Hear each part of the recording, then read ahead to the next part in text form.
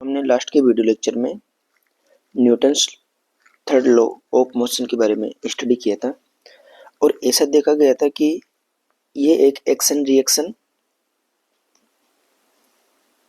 पर बेस्ड है। जितना कोई ऑब्जेक्ट दूसरे ऑब्जेक्ट पर एक्शन करेगा उतना ही अपोजिट डायरेक्शन में उसको एक रिएक्शन मिलेगी किसी भी ऑब्जेक्ट को। तो इसके बारे में अपन ने डिस्कस कर लिया था लास्ट के क्लास में। तो आज की क्लास में अपन एक हेडिंग है फ्री बॉडी डायग्राम, उसको आप रीड कीजिएगा। बहुत ही सीधा सा हेडिंग है क्योंकि ये जो वीडियो लेक्चर हैं ये तो सिर्फ और सिर्फ फॉर्मूला रिवीजन टाइप के हैं। फुल वीडियो लेक्चर मेरे आपको मेरी प्लेलिस्ट में मिल जाएंगे, वहां पर जाकर देख सकते हो आप।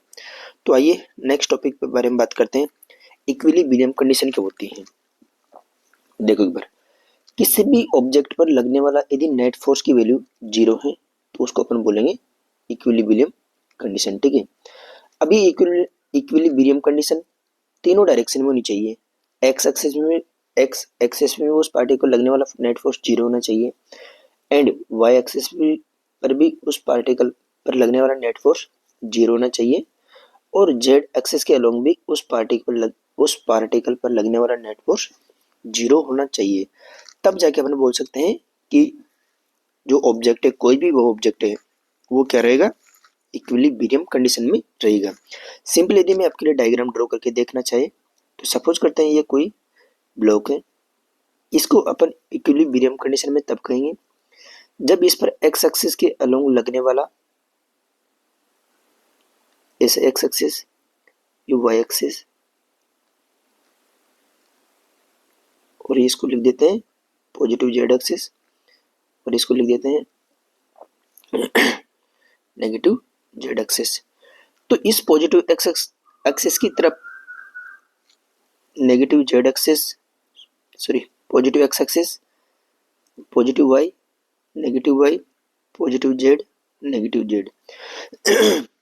पॉजिटिव एक्स एक्सिस की तरफ लगने वाला नेट फोर्स जो 0 होना चाहिए, मतलब इस डायरेक्शन में ऑब्जेक्ट पर इस डायरेक्शन में लगने वाला net force F of x 0 होना चाहिए एंड सिमिलरली वाई डायरेक्शन में लगने वाला नेट फोर्स भी कितना होना चाहिए पार्टिकल पर, वो भी 0 होना चाहिए और सिमिलरली एफ ऑफ जेड भी क्या होना चाहिए, 0 होना चाहिए। तब जाके अपन बोल सकते हैं कि कोई भी ऑब्जेक्ट किस पर है, इक्विलिब्रियम कंडीशन पर है। ठीक है, तो इतना सा आपको इक्विलिब्रियम कंडीशन में रखना है। कुल मिला की बात ऐसा कर सकते हैं कि इक्विलिब्रियम कंडीशन में ऑब्जेक्ट का जो एक्सेलरेशन है वो कितना होता है, 0 होता है। ठीक है, अब बात करते हैं नेक्स्ट एक थ्योरम है जिसे बोलते हैं लेमलेज थ्योरम। तो ये लेमलेज थ्योरम आपने वेक्टर में देखा होगा, ये वेक्टर्स के लिए ही अप्लाई की जाती हैं। तो देखते हैं क्या होता है क्या नहीं होती लेमलेज थ्योरम के बारे में। If 3 non zero vectors A, B and C such that they are in equilibrium, then अपन कह सकते हैं कि vector sum of A plus B plus C must be 0। मतलब सीधी सी बात है, 3 नॉन जीरो वेक्टर ऐसे हैं जैसे कि डायग्राम में शो कर रखा है। तो इन सभी का जो वेक्टर और ये इक्विलिब्रियम कंडीशन है तो इन तीनों का वेक्टर सम कितना रहेगा, 0 के बराबर रहेगा। जैसे कि मैं आपसे क्या करना चाह रहा हूँ कि सपोज करते हैं ये कोई ऑब्जेक्ट है जिस पर 3 वेक्टर इस प्रकार से एक्ट कर रहे हैं और तीनों क्या होने चाहिए, कोप्लेनर होने चाहिए। जैसे कि इस पर एक ये ए वेक्टर इधर है इस वाली डायरेक्शन में, बी वेक्टर इस वाली डायरेक्शन में है और सी वेक्टर इस वाली डायरेक्शन में है। एंगल की बात करना चाहें तो बी और सी के बीच के एंगल को अपन यदि अल्फा मान के चलते हैं एंड ए और सी के बीच के एंगल को यदि बीटा मान के चलते हैं और ए और बी के बीच के एंगल को यदि मैं गामा मान के चलता हूँ तो लेमलेस थ्योरम के अनुसार क्या होता है, वेक्टर ए का मैग्नीट्यूड और इसके जस्ट अपोजिट डायरेक्शनल एंगल, बोले तो मैं यहाँ से क्या कर सकता हूँ, इस वेक्टर ए के साथ इस वाले एंगल को लेना है अल्फा वाले को। तो A divided by sine alpha is equal to vector B और इसके सामने वाला एंगल है B divided by sine beta, vector C और इसके सामने वाला angle gamma, C divided by sine gamma, ये होता है जब तीन वेक्टर्स आपस में कोप्लेनर हो और बॉडी इक्विलिब्रियम कंडीशन में हो तो अपन इस इक्वेशन को अप्लाई कर सकते हैं। अगली लाइन लिखी हुई है, this is valid only for 3 coplanar forces. 3 coplanar forces के लिए ही क्या होती है वाली इक्वेशन वैलिड होती है, लेमलिश थ्योरम। ठीक है। अब अगले क्वेश्चन पे आते हैं, सॉरी अगला क्वेश्चन क्या, अगले कंसेप्ट पे आते हैं, जिसे बोलते हैं पुली ब्लॉक कंसेप्ट, या फिर अपन कह सकते हैं बॉडीज कनेक्टेड विद पुली। जब कोई भी बॉडी पुली से कनेक्टेड होगी तो उस वाले केस में टेंशन वगैरह को कैसे निकालते हैं, कैसे नहीं निकालते हैं, सारी चीज़ों के बारे में डिस्कस करते हैं। तो देखिए एक बार, जब बॉडी पुली से कनेक्टेड हो तो क्या करेंगे क्या नहीं करेंगे देखते हैं। सपोज करते हैं ये पुली ब्लॉक सिस्टम है जिसमें ये मास m1 है, ये मास m2 है, इसको मैंने रिलीज किया तो और कंडीशन मान के चलते हैं m2 ग्रेटर देन है m1 से, तो ऑब्वियसली बात है m2 ग्रेटर देन है तो m2 इस वाले डायरेक्शन में एक्सीलरेट करेगा एंड m1 इस वाले डायरेक्शन में एक्सीलरेट करेगा। अब यदि मैं इस सबका फ्री बॉडी डायग्राम बनाते हैं तो इस m2 का फ्री बॉडी डायग्राम बनाऊंगा तो इस m2 पर इसका वेट लग रहा होगा mg डाउनवर्ड डायरेक्शन में, एंड जैसा कि मैंने आपको बताया था टेंशन एक पुलिंग फोर्स होता है, तो इस m2 पर स्ट्रिंग की वजह से टेंशन अपवर्ड डायरेक्शन में लगेगा। सिमिलरली यदि मैं m1 का फ्री बॉडी डायग्राम बनाता हूँ तो इस m1 पर इसका वेट m1g डाउनवर्ड डायरेक्शन में लगेगा एंड जो स्ट्रिंग की वजह से टेंशन लगेगी m1 पर वो अपवर्ड डायरेक्शन में लगेगी। अब बात करते हैं न्यूटन्स का सेकंड नेम अप्लाई करते हैं। यदि मैं m2 पर बात करना चाहूँ तो net force F net on F net is equal to mass into acceleration. तो m2 पर नेट फोर्स कितना लग रहा है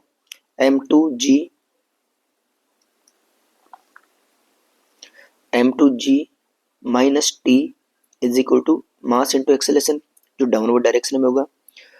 और मैं इस m1 पर बात करना चाहें तो m1 पर नेट फोर्स ऊपर की तरफ t minus m1g t minus m1g is equal to m1 into a mass into acceleration. दोनों इक्वेशन को ऐड करते हैं तो राइट साइड में टेंशन से टेंशन कैंसिल आउट हो जाएगा, टेंशन से टेंशन कैंसिल आउट, तो यहाँ से कर सकता हूँ मैं m2 minus m1g is equal to m1 plus m2 into A. तो जो एक्सेलरेशन होगा इस बॉडी का वो एक्सेलरेशन कितना आ जाएगा, एक्सेलरेशन अपने को यह जाएगा a is equal to m2 minus m1g upon m1 plus m2। ठीक है। अब टेंशन क्या होगी, टेंशन के बारे में देखते हैं। तो टेंशन देखिए यहाँ से टेंशन किसी भी एक इक्वेशन में एक ही वैल्यू को पुट कर दो और टेंशन निकल जाएगी।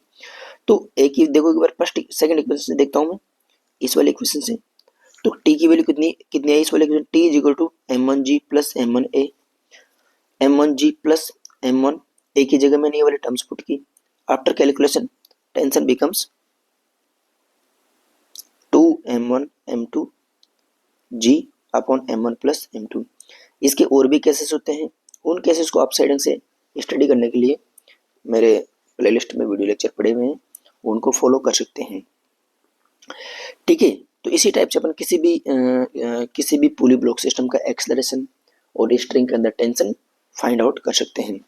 और एक कंसेप्ट हो रहा है यहाँ पर क्या, स्ट्रिंग सेम है, इस वजह से ही मैंने क्या किया है सभी दोनों ब्लॉक्स पर टेंशन की वैल्यू सेम अप्लाई की है। यदि स्ट्रिंग चेंज हो जाती तो टेंशन भी चेंज हो जाती। तो आइए एक इंपॉर्टेंट कंसेप्ट है जिसे बोलते हैं वेज कंस्टेंट, जिसे बोलते हैं कंस्टेंट मोशन, इसके बारे में अपन स्टडी कर लेते हैं जो कि इंपॉर्टेंट है एग्जाम के पॉइंट ऑफ व्यू से। देखो कंस्टेंट मोशन के कुछ एजम्पशन हैं, उन एजम्पशन को मैं आपके साथ डील करते हैं। तो पहला एजम्पशन क्या है, string should be tight, string tight होनी चाहिए। ठीक है। सेकंड इनएक्सटेंसिबल होनी चाहिए। थर्ड स्ट्रिंग को अपन यहाँ पर मासलेस कंसिडर करके चलेंगे। ठीक है। अब कुल मिला की बात ऐसा करना चाह रहा हूँ, अपन कंस्टेंट मोशन के थ्रू क्या फाइंड आउट करना चाहेंगे कि यदि पुली को मूव करा दे तो ब्लॉक कितना डिस्प्लेसमेंट हो जाएंगे, या फिर एक ब्लॉक को जैसे कि मैंने यहाँ पे शो कर रखा है, यहाँ पे देख सकते हो आराम से आप। जैसे ये कोई पुली ब्लॉक सिस्टम है। यदि मैं इन दोनों ब्लॉक्स को x1 और x2 को ऊपर की तरफ लेके जाता हूँ, तो मुझे पुली को कितना ऊपर मूव करना पड़ेगा ताकि स्ट्रिंग मेरी टाइट रहे। इसी के बारे में अपन स्टडी करेंगे स्ट्रिंग कंस्ट्रेंट के अंदर। तो इसको 3 मेथड से अपने स्टडी करेंगे। फर्स्ट, वर्चुअल वर्क डन या virtual power on string by internal forces 0, इस मेथड से स्टडी करेंगे। सेकंड, अपन मैंने बोला कि स्ट्रिंग टाइट होनी चाहिए, तो इसका मतलब उसकी लेंथ क्या होनी चाहिए, कांस्टेंट होनी चाहिए, इससे स्टडी करेंगे। या फिर स्ट्रिंग की लेंथ में किस रेट से चेंज हो रहा है, इन सारी चीजों के बारे में स्टडी करेंगे। या फिर कोई भी इफेक्ट स्ट्रिंग पर किस रेट से चेंज हो रहा है, इसके थ्रू भी अपन इसको स्टडी करने की कोशिश करेंगे। ठीक है, तो आइए चलते हैं पहले मेथड पे बात करता हूं मैं। पहला मेथड कौन सा है इसके बारे में, जैसे कि मैंने लिख रखा है कि वर्चुअल वर्क डन या virtual power on string by internal forces 0। जो भी इस बॉडी पर इंटरनल फोर्सेस लग रहे होंगे, उनकी वजह से जो भी work done virtual work done आएगा, उसकी वैल्यू क्या रहेगी, यहाँ पर 0 रहेगी। सपोज करते हैं एक पुली ब्लॉक सिस्टम लेते हैं। जैसे कि मैंने कोई पुली ब्लॉक सिस्टम ले लिया। ये पुली जो है अपवर्ड डायरेक्शन में मूव कर रही है।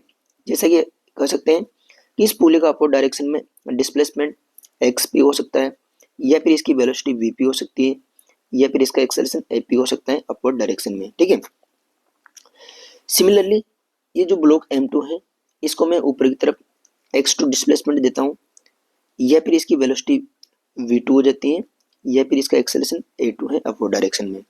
सिमिलरली जो M1 ब्लॉक है, इसको अपवर्ड डायरेक्शन में डिस्प्लेसमेंट x1 देते हैं, या फिर इसकी वेलोसिटी v1 है, या फिर इसका एक्सेलरेशन a1 है। इनमें क्या रिलेशन होगा, मतलब सीधी सी बात ऐसे करना चाह रहा हूँ मैं आपसे यहाँ पर कि xp vp और ap और x2 ap sorry a2 v2 और x1 v1 और a1 में क्या रिलेशन रहेगा, इस चीज़ के बारे में स्टडी करेंगे। तो वही मैंने थोड़ी देर पहले बताया था। ऐसा मान के चलेंगे कि स्ट्रिंग जो है वह इनएक्सटेंसिबल है। यहाँ पर इसको इनएक्सटेंसिबल है, इसको वीपी ले लेते हैं। ठीक है, समझने के बाद लेट सपोज करते हैं जो ये वाली स्ट्रिंग ली गई है, इसको दो पार्ट्स में डिवाइड कर लेते हैं। इस वाले पार्ट्स की लेंथ को L1 मान लेते हैं और इस वाले पार्ट्स की लेंथ को L2 मान लेते हैं, जैसे कि अभी आगे यूज करेंगे। यदि मैं ओनली इस स्ट्रिंग का ही फ्री बॉडी डायग्राम बनाता हूँ, तो इस स्ट्रिंग का फ्री बॉडी डायग्राम कैसे बनेगा, L1 वाली स्ट्रिंग का फ्री बॉडी डायग्राम बनाते हैं। तो इस पर क्या क्या लग रहा होगा, इस पर इस एंड पर यहाँ पर टेंशन लग रही होगी T, एंड डाउनवर्ड एंड पर टेंशन लग रही होगी T। मुझे स्ट्रिंग का ही फ्री बॉडी डायग्राम ड्रॉ करना है। ठीक है, दूसरी स्ट्रिंग L2 की बात करता हूँ, तो इस पर टेंशन अपवर्ड डायरेक्शन में और जो बॉटम वाला इस वाले एंड पर डाउनवर्ड डायरेक्शन में। ये स्ट्रिंग सेम है, इस वजह से यहाँ पर टेंशन भी सेम रहेगी। देखो स्ट्रिंग का ए एंड जो ऊपर वाला एंड है, ये पुली से कनेक्टेड है, तो ऑब्वियसली बात है जितना पुली का डिस्प्लेसमेंट होगा उतना इस एंड का डिस्प्लेसमेंट होगा। सिमिलरली मैं बात करना चाहूँ, स्ट्रिंग का ये वाला एंड भी पुली से कनेक्टेड है, जैसे कि यहाँ पर है, तो जितना डिस्प्लेसमेंट पुली का होगा उतना ही डिस्प्लेसमेंट इस स्ट्रिंग का होगा। और ये डाउनवर्ड्स एंड है, ये इस वाले एंड की बात करना चाहूँ तो इस ब्लॉक से कनेक्टेड है, तो जितना ब्लॉक का डिस्प्लेसमेंट होगा उतना ही स्ट्रिंग के इस एंड का भी डिस्प्लेसमेंट होगा। सिमिलरली ये x2 से कनेक्टेड है। तो मैंने आपको बताया कि वर्चुअल वर्क डन के बारे में बात करेंगे कि वर्चुअल वर्क डन होता क्या है, इसके बारे में देखते हैं।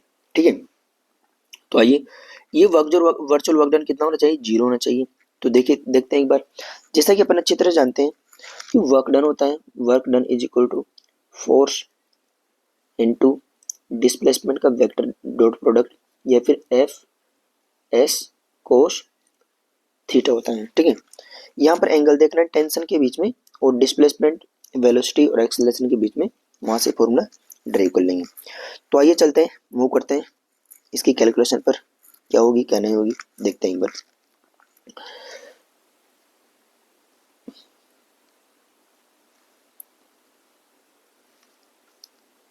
देखिए, यदि मैं टोटल वर्क डन की बात करना चाहूँ तो स्ट्रिंग 1 पर वर्क डन प्लस स्ट्रिंग 2 पर वर्क डन। अब बात करते हैं स्ट्रिंग 1 पर इस टेंशन ने कितना वर्क डन किया देखना चाहे तो देखो एक बार, यहाँ पर टेंशन की डायरेक्शन भी यही है और डिस्प्लेसमेंट भी वही हो रहा है, तो दोनों के बीच में एंगल जो होगा वो 0 डिग्री हो जाएगा। तो वर्क डन लिखना चाहे तो टी डॉट एक्स पी। इस वाले एंड पे बात करना चाहे दूसरी स्ट्रिंग पे, इस वाले एंड पर बात करना चाहूंगा मैं, तो टेंशन तो इस वाले डायरेक्शन में और डिस्प्लेसमेंट हो रहा है इस वाले डायरेक्शन में, तो यहाँ पर दोनों के बीच में एंगल 180 डिग्री होगा। जी वास्ते टी एक्स वन और माइनस बाहर आ जाएगा 180 डिग्री के कारण। सिमिलरली मैं स्ट्रिंग 2 की बात करना चाहूँ तो टी डॉट एक्स पी, दोनों सेम डायरेक्शन में इसलिए प्लस आ जाएगा, और इस पर दोनों अपोजिट डायरेक्शन में इसलिए यहाँ पर माइनस आ जाएगा, is equal to 0। T T common लेते हैं, कैंसिल आउट हो जाएगा। इसको एक्स पी को एक साइड करता हूँ और एक्स वन एक्स टू को वन साइड ले जाते हैं, तो एक एक्स पी यहाँ पर है और एक एक्स पी यहाँ पर है, तो 2xp is equal to X one plus X two. तो यहाँ से अपन यदि मैं बात करना चाहूँ कि एक्स पी की और एक्स वन एक्स टू में क्या रिलेशन है, वो कितना है, X P is equal to X one plus X two divide by 2। मतलब कंडीशन क्या है, कंडीशन ये है कि दोनों ब्लॉक यदि देखो एक बार यहाँ पर जो कि इंपॉर्टेंट कंसेप्ट है, यहाँ पर समझने की कोशिश करना कि ब्लॉक का डिस्प्लेसमेंट भी ऊपर है और इस वाले ब्लॉक का डिस्प्लेसमेंट भी अपवर्ड है और पुली का डिस्प्लेसमेंट भी अपवर्ड है। कोई भी अपोजिट डायरेक्शन में हुआ या इस डायरेक्शन के अपोजिट हुआ तो उसको आप क्या कर सकते हो, नेगेटिव साइन ले सकते हो। इन द सेंस मैं आपसे कहना चाहूँ यदि मैं इसको यहाँ पर डाउनवर्ड ले लेता हूँ तो x2 की वैल्यू क्या हो जाएगी, यहाँ पर नेगेटिव हो जाएगी। ठीक है, ठीक है, समझने की बात क्या कहना, चलो ओके चलते हैं नेक्स्ट पर। यदि x की जगह vp होता, वेलोसिटी के बीच में के बारे में अपन बात कर रहे होते, तो xp की जगह vp हो जाता, x1 की जगह v1 हो जाता, x2 की जगह v2 हो जाता डिवाइड बाई 2, और एक्सेलेरेशन के लिए भी सेम रिलेशन वैलिड होता। ठीक है। अब बात करते हैं सेकंड कंसेप्ट, इसको इसी को अपन सेकंड कंसेप्ट से कैसे डील करेंगे उसके बारे में देख लेते हैं। तो ये एक इंपॉर्टेंट फॉर्मूला है, आपको इसको अच्छी तरह से याद रखना है। ठीक है, बहुत ही ज्यादा इंपॉर्टेंट है। कंडीशन क्या है, तीनों की डायरेक्शन एक होनी चाहिए। नेक्स्ट कंसेप्ट की ओर बात करते हैं कि स्ट्रिंग इनएक्सटेंसिबल है तो उसकी लेंथ क्या होनी चाहिए, कांस्टेंट होनी चाहिए। तो इसका मतलब क्या हुआ, इसका मतलब ये हुआ कि स्ट्रिंग में जितना कॉम्प्रेशन हुआ होगा उतना ही उसमें क्या होना चाहिए, इलोंगेशन होना चाहिए, तभी तो स्ट्रिंग की लेंथ जो रहेगी वो कांस्टेंट रहेगी। ठीक है, तो अपन देखते हैं कौन कौन से फोर्सेस है इस पर जो इसको कॉम्प्रेस कर रहे हैं और कौन कौन से फोर्सेस है इसको इलोंगेट कर रहे हैं, उनके बारे में देख लेते हैं। देखो यदि मैं यहाँ पर आपसे बात करना चाहूँ तो ये वाला जो एंड है इस टेंशन की वजह से या फिर ब्लॉक ऊपर की तरफ मूव कर रहा है, ये वाला एंड भी ब्लॉक के साथ ऊपर की तरफ मूव कर रहा है, और ये वाला एंड स्ट्रिंग के साथ अपवर्ड डायरेक्शन में मूव कर रहा है, ये भी अपवर्ड डायरेक्शन में मूव कर रहा है। तो कौन कौन से एंड हैं जो इसको कंप्रेस कर रहे हैं, एक तो ये x1 भी इसको कंप्रेस कर रहा है, x2 भी इसको कंप्रेस कर रहा है, एंड xp क्या कर रहा है, इसको एलोंगेट कर रहा है, और xp ये वाला xp भी इसको एलोंगेट कर रहे हैं। तो total compression is equal to total elongation. तो कंप्रेशन बोले तो x1 plus x2 total compression.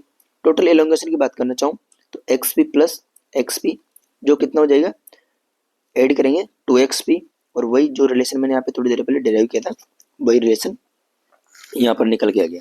ठीक है, तो ये इंपॉर्टेंट है, इसको आप विशेष तौर पर ध्यान रखें। तीनों मेथड में से कोई भी मेथड आप अप्लाई कर सकते हो। ठीक है, सिमिलरली यदि एक्सपी की जगह यदि वेलोसिटी होती तो वेलोसिटी के लिए भी ये रिलेशन वैलिड है, एक्सेलेरेशन के लिए भी ये रिलेशन वैलिड है। तो आपको क्या याद रखना है, total compression is equal to total elongation. ठीक है, नेक्स्ट मेथड की बात करना चाहूँ तो ये वेलोसिटी के लिए भी सबके लिए अप्लाई है। किस रेट से स्ट्रिंग की लेंथ चेंज हो रही है उसको देख लेते हैं। यदि स्ट्रिंग की लेंथ टाइम के साथ इंक्रीज हो रही है तो उस रेट को पॉजिटिव लेकर चलते हैं, यदि डिक्रीज हो रही है उस रेट को नेगेटिव लेकर चलते हैं। इस कंसेप्ट के बारे में अपन बात करेंगे अपने जो फुल वीडियो लेक्चर है उसमें, क्योंकि ये एक शॉर्ट नोट्स टाइप रिवीजन है। ठीक है, अब बात करते हैं वही, यदि आप इस पर क्वेश्चन करना चाहें क्वेश्चन कर सकते हो आराम से। इस क्वेश्चन के बारे में मैं यहाँ पर बात नहीं करूँगा। क्यों? क्योंकि यहाँ पर क्या होगा, वीडियो ज़्यादा लंबा हो जाएगा, जो वास्ते शॉर्ट वीडियो ही बनाए गए हैं एज ए रिविजन के टाइप से, ठीक है। तो वही वर्चुअल लॉकडाउन के बारे में मैंने बात की थी थोड़ी देर पहले आपके यहाँ पर, ठीक है। अब नेक्स्ट कंसेप्ट है वो है वेज कंस्ट्रेंट। वेज कंस्ट्रेंट के ऊपर बात करते हैं कि वेज कंस्ट्रेंट से भी क्वेश्चन पूछे जाते हैं, तो इसके बारे में स्टडी करते हैं क्या है क्या नहीं है वेज कंस्ट्रेंट। तो आइए वेज कंस्ट्रेंट के बारे में स्टडी करते हैं क्या है क्या नहीं है वेज कंस्ट्रेंट। हेडिंग अपना वेज कंस्ट्रेंट।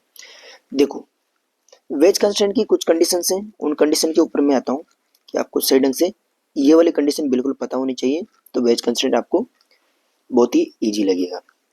फर्स्ट कंडीशन क्या है, there is a regular contact between two object.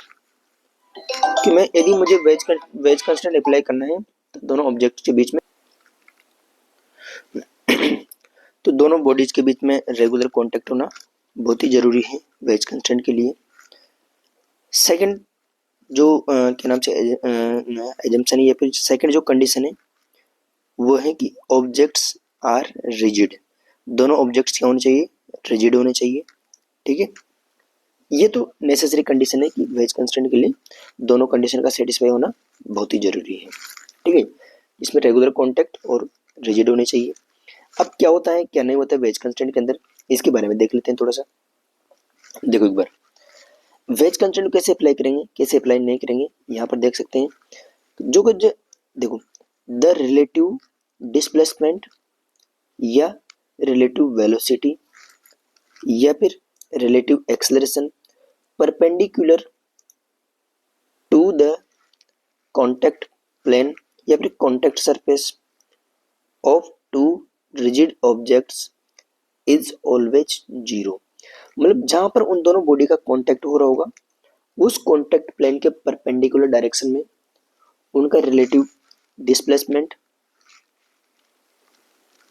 Relative velocity और रिलेटिव एक्सेलरेशन क्या होगा, जीरो होना चाहिए दोनों रिजिड बॉडीज के बीच में। यदि मैं यहाँ पर बात करना चाहें, जैसे कि एक ब्लॉक, ये वाला ब्लॉक इस वेज के ऊपर रखा हुआ है, जिसे मैं आपसे यहाँ शो करना चाहूँ। सपोज करते हैं कोई ब्लॉक है जिसको मैंने इस वेज के ऊपर रखा हुआ है, ठीक है। ये जो वेज है इस वाले राइट साइड में v1 वेलोसिटी से मूव कर रहा है और जो ब्लॉक है डाउनवर्ड डायरेक्शन में v2 वेलोसिटी से मूव कर रहा है। अब मुझे इस पर वेज कंस्ट्रेंट लगाना है, तो वेज कंस्ट्रेंट के लिए दोनों ब्लॉक के बीच में कांटेक्ट होना चाहिए, रेगुलर कांटेक्ट एंड रिजिड होने चाहिए। फिर सेकंड थिंग, इन दोनों का कांटेक्ट सरफेस कौन सा हुआ, कांटेक्ट सरफेस है इन दोनों की, ये वाली कांटेक्ट सरफेस है, तो इस कांटेक्ट सरफेस के परपेंडिकुलर डायरेक्शन ये वाली हो गई। इस परपेंडिकुलर डायरेक्शन में जैसे कि मैंने आपको ये वाली कांटेक्ट सरफेस शो किया इस लाइन से, और इस कांटेक्ट सरफेस के परपेंडिकुलर डायरेक्शन में दोनों की रिलेटिव डिस्प्लेसमेंट, रिलेटिव वेलोसिटी और रिलेटिव एक्सेलरेशन क्या होना चाहिए, जीरो होना चाहिए। जैसे कि यहाँ पर अब रिलेटिव जीरो होने के लिए या फिर क्या कर सकते हैं अपन कहना चाहिए तो कंपोनेंट ऑफ डिस्प्लेसमेंट, वेलोसिटी या acceleration along perpendicular to the contact plane of two objects is always equal. मतलब क्या कहना चाह रहे हैं यहाँ से बोलना चाहिए, तो जो कॉन्टैक्ट प्लेन है इसके परपेंडिकुलर दोनों के जो कंपोनेंट्स होंगे डिस्प्लेसमेंट के, वेलोसिटी के या फिर एक्सेलरेशन के, वो क्या होने चाहिए, इक्वल होने चाहिए, जैसा कि मैंने यहाँ पर बताया हुआ है। v1 परपेंडिकुलर क्या है, इस ब्लॉक की या फिर जो v1 परपेंडिकुलर है जो वेज की वेलोसिटी है इसका perpendicular components to the surface, इस सरफेस के परपेंडिकुलर डायरेक्शन में इस ब्लॉक की वेलोसिटी का कंपोनेंट्स है। v2 परपेंडिकुलर है इस ब्लॉक की, इस वाले ब्लॉक की वेलोसिटी का perpendicular components to the contact surface. ये बात एक्सेलरेशन के लिए वैलिड होगी। तो इस प्रकार से अपन क्या करेंगे, किसी भी ऑब्जेक्ट पर वेज कंस्ट्रेंट अप्लाई करेंगे। आइए इसके ऊपर एक क्वेश्चन देख लेते हैं ताकि आपको सारे कंसेप्ट क्लियर हो जाएंगे। देखो क्वेश्चन है, find the relation between velocity of blocks kept on the wedge and wedge पर। ठीक है, मुझे A1 और A2 में रिलेशन निकालना है। यहाँ पर देख सकता हूँ कि ये कोई वेज है, ये वेज, इसके ऊपर एक को रोड है। वेज हॉरिजॉन्टल डायरेक्शन में A2 एक्सेलरेशन से मूव कर रहा है एंड ये हॉरिजॉन्टल वर्टिकल डायरेक्शन में A1 एक्सेलरेशन से मूव कर रही है। वर्टिकल एक्सेलरेशन इसका कितना है, A1 है। ठीक है, अब मुझे वही रिलेशन फाइंड आउट करना है इसमें, तो देखते हैं एक बार। सपोज करते हैं जो मैंने बताया था, रेगुलर कांटेक्ट होना चाहिए और रिजिड होनी चाहिए। जो इनका जहाँ पर कांटेक्ट सरफेस रहेगी, ये वाली कांटेक्ट सरफेस है, इसके परपेंडिकुलर डायरेक्शन कौन सी हुई, इस वाली डायरेक्शन में दोनों का रिलेटिव वेलोसिटी एक्सेलरेशन क्या रहेंगे, सेम रहेंगे। अब बात करते हैं कैलकुलेशंस की, ये कैलकुलेशंस कैसे करेंगे। यदि मैं इस कांटेक्ट सरफेस का फ्री बॉडी डायग्राम बनाऊं, तो कांटेक्ट सरफेस का अब कुछ टाइम्स के बाद क्या होगा, वेज तो यहाँ पर आ गया होगा, वेज की पोजीशन ये वाली हो गई, तो रोड भी सिमिलरली वर्टिकल डायरेक्शंस में रोड भी ऐसे से डिस्प्लेसमेंट हो चुकी होगी। मान के चलते हैं रोड जो है वो इतना डिस्प्लेस, बोले तो x1 जैसा कि यहाँ पर शो किया हुआ है। वेज हॉरिजॉन्टल मान के चलते हैं कितना हो गया, x2 डिस्प्लेस्ड हो गया। तो कैलकुलेशंस देखते हैं, कैलकुलेशंस क्या है क्या नहीं है। देखो एक बार मैं कॉन्टेक्ट सरफेस का फ्री बॉडी डायग्राम ड्रॉ करता हूँ।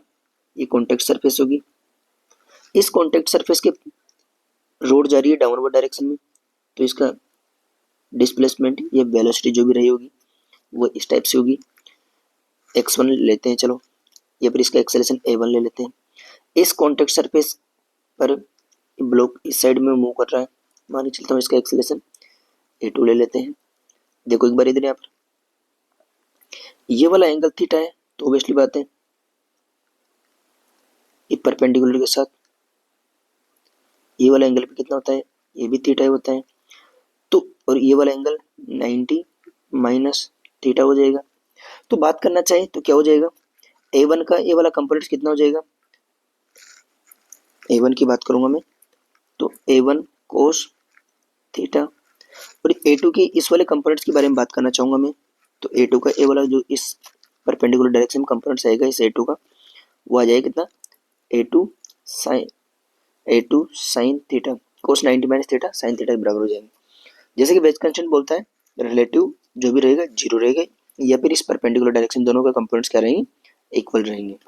ठीक करो इक्वल, यहाँ से कसता हूँ मैं A1 cos theta is equal to A2 cos theta, sorry A2 sine theta, equal करते हैं तो यहाँ से A1 is equal to A2 sine theta upon cos theta, तो यहाँ से क्या करते हैं A2 टेन थीटा के बराबर आ गया, जैसे कि यहाँ पर शो कर रखा है ये वाला रिलेशन। सिमिलरली वेलोसिटी को देख सकते हो आप, वेलोसिटी से रिप्लेस कर सकते हो A1 A2 को, और डिस्प्लेसमेंट से भी रिप्लेस कर सकते हो। ठीक है, इस टाइप से इसका आंसर हो जाएगा। बात करते हैं अगले पॉइंट पर, जो इंपॉर्टेंट पॉइंट है जिसे बोलते हैं सूडो फोर्स। सूडो फोर्स बहुत ही ज़्यादा इंपॉर्टेंट है इसके पॉइंट ऑफ व्यू से। ठीक है, सूडो फोर्स के बारे में बात करते हैं। तो सूडो फोर्स को स्टडी करने से पहले हमें थोड़ा सा types of frame of reference के बारे में बात करनी चाहिए कि फ्रेम ऑफ रेफरेंस क्या होता है। जैसे कि अपन जानते हैं कि सूडो फोर्स एक फ्रेम ऑफ रेफरेंस की वजह से ही एक इमेजिनरी फोर्स एक आता है, उसी को सूडो फोर्स बोलते हैं। तो यहाँ पर फिजिक्स में दो टाइप के इनर्शियल फ्रेम होते हैं, दो टाइप के फ्रेम्स ऑफ रेफरेंस होते हैं। First inertial frame of reference, second non inertial frame of reference. ठीक है, मैं बात करता हूँ इनर्शियल फ्रेम ऑफ रेफरेंस। इसके बारे में क्या बोलते हैं कि नॉन एक्सेलरेटिंग फ्रेम कोई अपन क्या बोलते हैं, इनर्शियल फ्रेम ऑफ रेफरेंस बोलते हैं, या फिर ऐसे फ्रेम जिनकी एक्सेलरेशन जीरो हो, या फिर ऐसे फ्रेम जो कांस्टेंट वेलोसिटी से मूव कर रहे हो, या फिर रेस्ट पर हो, उनको अपन क्या बोलते हैं, इनर्शियल फ्रेम ऑफ रेफरेंस बोलते हैं। ठीक है, यदि मैं non inertial frame of reference के बारे में बात करना चाहूँ तो एक्सेलरेटेड फ्रेम को अपन क्या बोलते हैं, नॉन इनर्शियल फ्रेम बोलते हैं, या फिर ऐसे फ्रेम जिनका एक्सेलरेशन जीरो ना हो, उनको अपन non inertial frame of reference बोलते हैं। ठीक है, यहाँ पर देख सकते हैं अपन, ग्राउंड पर खड़ा आदमी, वेलोसिटी 0, या फिर किसी भी ऑब्जेक्ट पर, कोई भी किसी भी ऑब्जेक्ट पर मैं बैठा हूँ जो एक कांस्टेंट वेलोसिटी से मूव कर रहा है 9 मीटर पर सेकंड से, तो ये इनर्शियल फ्रेम हो जाएगा। और यदि मैं बात करना चाहूँ ऐसा फ्रेम जो जो एक्सेलरेटेड मोशन कर रहा हो, उसी को अपन क्या बोलते हैं, inertial frame, non inertial frame बोलते हैं। ठीक है, बात करते हैं कुछ बातें जिनको, Newton's first and third law is only valid for inertial frame. Newton का फर्स्ट लॉ एंड जो सेकंड लॉ है वो इनर्शियल फ्रेम के लिए ही वैलिड है। That's why we will introduce a new force called pseudo force. कि जो न्यूटन्स के जो भी नियम थे वो थर्ड फर्स्ट हो या फिर थर्ड लॉ हो, वो इनर्शियल फ्रेम के लिए ही वैलिड थे, इसलिए अपन एक न्यू फोर्स इंट्रोड्यूस करते हैं जिसे बोलते हैं सूडो फोर्स। सूडो फोर्स के बारे में कुछ बातें हैं, उनको यहाँ पर स्टडी कर लेते हैं जो कि बहुत ही ज़्यादा इंपॉर्टेंट है। Important points for pseudo force. यदि अपन ऐसा मान के चलते हैं कि ये कोई फ्रेम है, जैसे कि यहाँ पर शो किया हुआ है, इस फ्रेम के बारे में बात करना चाहूंगा आपसे। सपोज करते हैं यह फ्रेम या फिर कोई भी गाड़ी हो सकती है जो राइट साइड में एक्सेलरेशन से मूव कर रही है, जैसा कि यहाँ पर शो किया हुआ है कि गाड़ी राइट साइड में 1 मीटर पर सेकंड स्क्वायर एक्सेलरेशन से मूव कर रही है। दो कंडीशन देखते हैं, फर्स्ट मैं ग्राउंड पे बैठ के देखता हूँ एंड सेकंड मैं इस गाड़ी के अंदर बैठ के देखते हैं। ठीक है, फॉर ग्राउंड फ्रेम जिसे बोलते हैं इनर्शियल फ्रेम, क्योंकि ग्राउंड को एक प्रकार से अपन इनर्शियल फ्रेम में एज्यूम करके चलते हैं। तो और एक ग्राउंड फ्रेम से मैं यदि इस ब्लॉक को देखूंगा तो इस ब्लॉक पर कौन सा फोर्स लग रहा होगा, इस ब्लॉक का जो एक्सेलरेशन इस गाड़ी का या फिर फ्रेम का होगा वह एक्सेलरेशन इस वाले डायरेक्शन में होगा ए।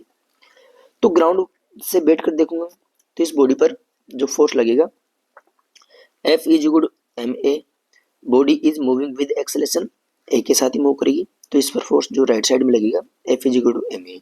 ठीक है, अब यदि मैं इस फ्रेम में आकर बैठ जाऊं, जिस फ्रेम से मैं देख रहा हूँ उसी फ्रेम में आकर बैठ जाए, तो ये ब्लॉक तो यहाँ से देखूंगा तो ये तो रेस्ट पर होगा, तो रेस्ट पर है तो इसका मतलब इस पर एक फोर्स लग रहा होगा अपोजिट डायरेक्शन में जो इसको रोक कर रख रखा है, मतलब इस वाले फोर्स के जस्ट अपोजिट डायरेक्शन में एक फोर्स लग रहा होगा जो इसको रेस्ट पर रहे। ठीक है, तो देखो एक बार सूडो फोर्स इसी को बोलते हैं, सूडो फोर्स जो अपोजिट डायरेक्शन में लगता है यहाँ पर। ठीक है, तो यहाँ से कसता हूँ इस ब्लॉक पर, इस साइड में तो बाहर से देखा तो इस साइड में ये वाला फोर्स लग रहा था F is equal M A, लेकिन जैसे ही मैं इसके अंदर आके बैठ गया तो इस पर फोर्स लगे F is equal M A जो एक्सेलरेटिंग फ्रेम के जस्ट अपोजिट डायरेक्शन में, इसी को अपन क्या बोलते हैं, सूडो फोर्स बोलते हैं। तो कुछ इंपॉर्टेंट बातें हैं सूडो फोर्स से रिलेटेड, इसके बारे में देखते हैं। Pseudo force is applied on non inertial frame. Pseudo force को अपन किसके लिए अप्लाई करेंगे, नॉन इनर्शियल फ्रेम के लिए ही अप्लाई करेंगे। अब बात करते हैं सूडो फोर्स की direction. Direction of pseudo force is always opposite to the direction of direction of frame. जैसे कि मैं आपसे बात करता हूँ कि ये फ्रेम इस वाले डायरेक्शन में मूव कर रहा है 1 मीटर पर सेकंड स्क्वायर से, तो इस जो ऑब्जेक्ट रखा हुआ है इस पर सूडो फोर्स लगेगा इस वाली डायरेक्शन में, एफ इज इक्वल टू उसका मास इनटू फ्रेम का एक्सेलरेशन, जैसा कि यहाँ पर शो कर रखा है। ठीक है, तो इन बातों का आप विशेष तौर पर ध्यान रखें, क्या है क्या नहीं है। बात करते हैं अगले पॉइंट की। ठीक है, जो अब लिफ्ट वाली प्रॉब्लम जो सारी होती है सब सूडो फोर्स से ही बेस्ट होती है। तो आइए तो लिफ्ट प्रॉब्लम के बारे में बात करते हैं। लिफ्ट प्रॉब्लम्स क्या है, सपोज करते हैं ये कोई लिफ्ट है जो रेस्ट पर है, लिफ्ट किस पर है, लिफ्ट है रेस्ट पर। यदि मैं इस पर लिफ्ट पर लगने वाले नॉर्मल की बात करना चाहें, ग्राउंड फ्रेम से बात करूंगा तो वही बैलेंस कंडीशन में करेंगे, ऊपर की तरफ लगने वाला force is equal to downward direction लगने वाला फोर्स, तो N is equal to M A. यदि मैं लिफ्ट वाले फ्रेम से बात करना चाहूंगा यहाँ पर, तो लिफ्ट वाले फ्रेम से देखते हैं एक बार। लिफ्ट वाले फ्रेम से ये बॉडी रेस्ट पर है तो क्या होगा, इस पर N is equal to M G हो जाएगा। सिमिलरली यदि मैं इस लिफ्ट को एक्सेलरेशन से अपवर्ड डायरेक्शन में मूव करा देता हूँ ऊपर की तरफ, तो एन की वैल्यू क्या रहेगी क्या नहीं रहेगी उसके बारे में बात करते हैं। सबसे पहले वही बात कि मैं ग्राउंड फ्रेम से बात करता हूँ, ग्राउंड फ्रेम पे खड़ा होकर। तो इसका यदि फिर बॉडी डायग्राम बनाए इस ब्लॉक का, तो इस ब्लॉक पर कौन कौन सा फोर्स लग रहा होगा।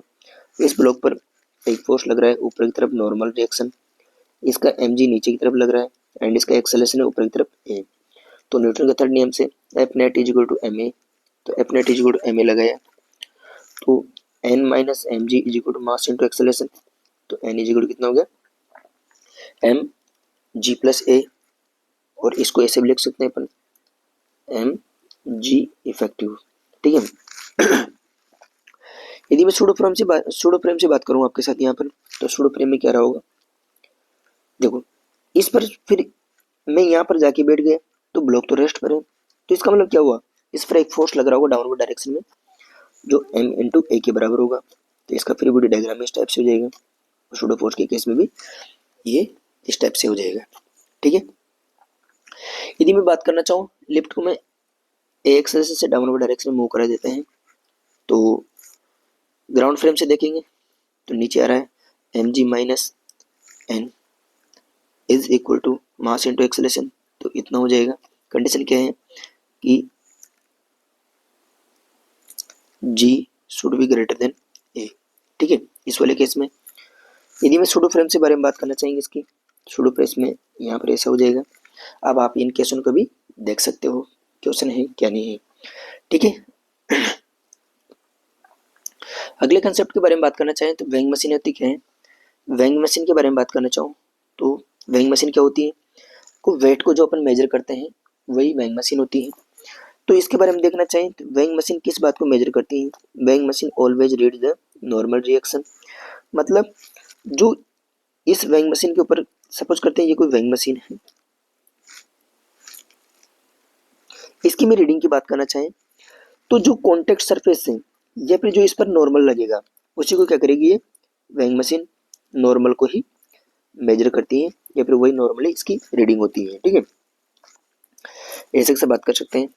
अब बात करते हैं अगला concept spring balance. Spring balance क्या होता है, spring balance is always reads the tension in the body.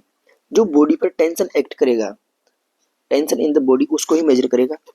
जैसे कि मैं आपसे कहना चाहूँ कि ये कोई बॉडी है, इस पर कितनी टेंशन लगी, यहाँ पर कितनी टेंशन नहीं लगी, उसी को क्या करेगा स्प्रिंग बैलेंस मेजर करता है। तो इसको देख सकते हैं एक बार, इसके ऊपर बहुत सारे क्वेश्चन मैंने वहाँ पर करवाए हुए हैं। ठीक है। अब बात करते हैं कटिंग ऑफ स्प्रिंग की। स्प्रिंग को कट करते हैं तो क्या क्या इफेक्ट होते हैं, क्या क्या इफेक्ट नहीं होते हैं, इसके बारे में बात कर लेते हैं। In case of spring, spring force F is equal to K X होता है। X is the displacement of body from natural length. अब स्प्रिंग को कट कैसे करेंगे, कट नहीं करेंगे, इसके बारे में देख लेते हैं। ये एक इधर एग्जाम्पल के पॉइंट ऑफ व्यू देखिए तो सुंदर कन्या है जो सिर्फ और सिर्फ क्या कर रही है, स्ट्रिंग को पकड़े हुए हैं, यहाँ पर कोई भी मास अटैच नहीं है। ठीक है। इधर एक सरदार जी है जो इस वाले एंड से स्प्रिंग पर मैंने एम मास कनेक्ट कर रखा है, जैसे कि मैंने यहाँ पे शो कर रखा है। ठीक है। ये इसको इधर पकड़ के खींच रहे हैं। स्प्रिंग के अंदर एक्सटेंशन आ गया कितना, x note, L note natural length है। ठीक है।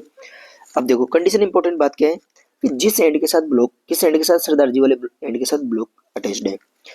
If Sardar leave the block, यदि सरदार जी ब्लॉक को लीव करते हैं तो एफ स्प्रिंग फोर्स है instantaneously not be zero.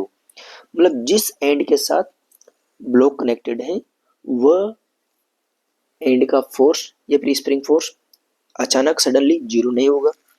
But if सुंदर कन्या लीव द स्प्रिंग, यदि ये वाली लड़की इस स्प्रिंग को लीव करती है तो spring force instantaneously become zero. क्यों, क्योंकि इस वाले केस में मास इसको धीरे धीरे ले जाएगा, बट ये वाला एंड तुरंत इधर लेके चला जाएगा। ठीक है। जो वास्ते जीरो हो जाएगा। ये इंपॉर्टेंट कंसेप्ट है, आप इसको अच्छी तरह से याद कर लें, बहुत ही ज्यादा इंपॉर्टेंट है। ठीक है।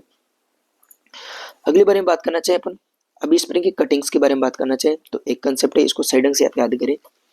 As soon as the spring और स्ट्रिंग इज कट, जैसे ही मैं स्प्रिंग और स्ट्रिंग को कट करता हूँ tension in that particular string और स्प्रिंग वुड बी जीरो। मतलब जिस भी स्प्रिंग को मैं कट करूंगा उसमें इंस्टेंटेनियसली अचानक टेंशन क्या हो जाएगी, जीरो हो जाएगी। जैसे कि ये इंपॉर्टेंट बात है, उस एंड में टेंशन की वैल्यू क्या हो जाएगी, जीरो जाएगी। कट करते हैं, या तो स्प्रिंग हो या फिर स्ट्रिंग हो, ठीक है। बट एक बात और कहना चाहिए यहाँ से, just after cutting the string और spring the value of tension in other string will change while in spring would not change. ऐसा क्या कहना चाह रहा हूँ मैं आपसे कि देखो, मतलब जैसे मैं स्प्रिंग को कट करूंगा तो टेंशन की वैल्यू जो कि मैं स्ट्रिंग के अंदर, तो टेंशन की वैल्यू चेंज हो जाएगी। दूसरी स्ट्रिंग के बारे में बात कर रहे हैं कि दूसरी स्ट्रिंग को अपन काटेंगे, अनदर स्ट्रिंग के बारे में बात कर, अदर स्ट्रिंग में चेंज हो जाएगी। बट इस जो स्प्रिंग है उसके अंदर टेंशन चेंज रहेगी दूसरी वाले के लिए। जैसा मैं आपसे कहना चाह रहा हूँ, सपोज करते हैं ये कोई स्ट्रिंग है, ब्लॉक से कनेक्ट कर दिया, ये कोई स्प्रिंग है, एक ब्लॉक और, ठीक है। या फिर सेकंड केस,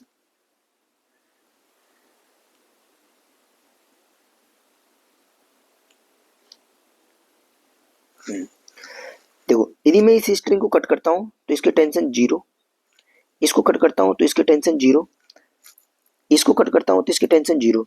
बट ध्यान रखें यहाँ पर, यदि मैं इसको कट करता हूं तो इस स्प्रिंग की टेंशन चेंज नहीं होगी, जैसा कि दूसरी लाइन में बताया हुआ है। बट इस स्ट्रिंग की टेंशन, जैसे इसको कट किया तो इसकी स्ट्रिंग चेंज हो जाएगी, टेंशन चेंज हो जाएगी, ठीक है। यही मैं यहाँ पर आपको बताना चाह रहा था। इसके ऊपर बहुत सारे क्वेश्चन करवा रखे हैं मैंने, आप वहां पर जाकर देख सकते हो, ठीक है। Okay, thank you watching this video. ये वीडियो लेक्चर आपके लिए रिवीजन के लिए एक शॉर्ट नोट्स टाइप बेनिफिशियल रहेंगे। आप इनको देखिए एंड एंजॉय कीजिए। Thank you.